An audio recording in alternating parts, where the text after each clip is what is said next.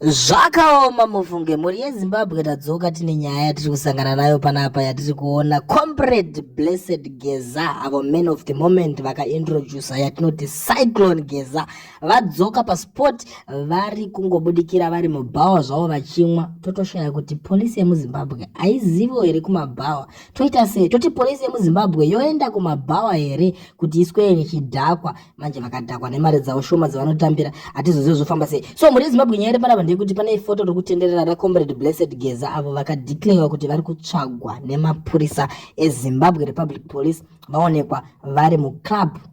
Pato nerimwe ratotorawo self zvaro rechitomwa doro hatizotaure zvedu kuti hembe dzakapfeka munhu ari pasaidi wendedze kuti atengera doro. But nyaya iripo muri yeZimbabwe ndeyekuti Blessed Geza Comrade Bombshell vaonekwa vari kutenderera vakatyora zvavo vakachila ende vatanga vakatogadwa nemamonya nekuti mazifesi evanhu ukatarisa ari ipapo unotoona kuti aya mazitrend anenge masoja chaiwo chaiwo kubatwa kwawo kuchanetsa. Ndo nyaya iri panapa ndangondiwe nayo ndakakubatirai panyaya version patinokupakurirai nhau dzinotapira dzinonakidza. Kana muchida mugara malaika musubscriber nekuti nyaya panapa dzipere. Ndo situation iri panapa. Sara yenyu makatarisa foto iroro muzondoudzawo zvamukufunga.